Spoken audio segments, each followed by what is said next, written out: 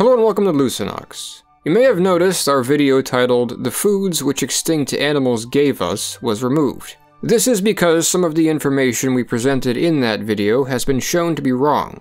In that video, we talked about how there are fruits that essentially do not make sense in their environments. The point of fruit is to be eaten, along with the seeds inside. Ideally, when animals eat the fruit, the seeds will pass through their digestive systems unharmed and be dispersed across a wider area than if they simply fell from the plant. In our video, we pointed out that there was an issue with this with regard to avocados. There are no animals in the native range of the avocado tree, Central and South America, that are able to consume an avocado whole with the seed inside to disperse it in this manner.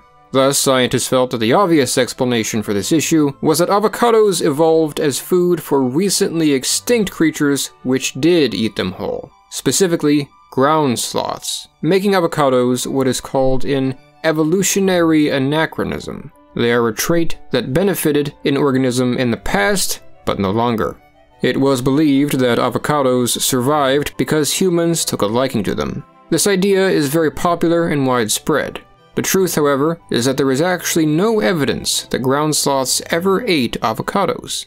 This was brought to our attention by a video published on YouTube by the channel SciShow. We have looked into the sources that they cited in the video that they made to correct themselves, having made the same mistake, and we see that they are correct. We have no evidence to suggest otherwise, so we removed our video.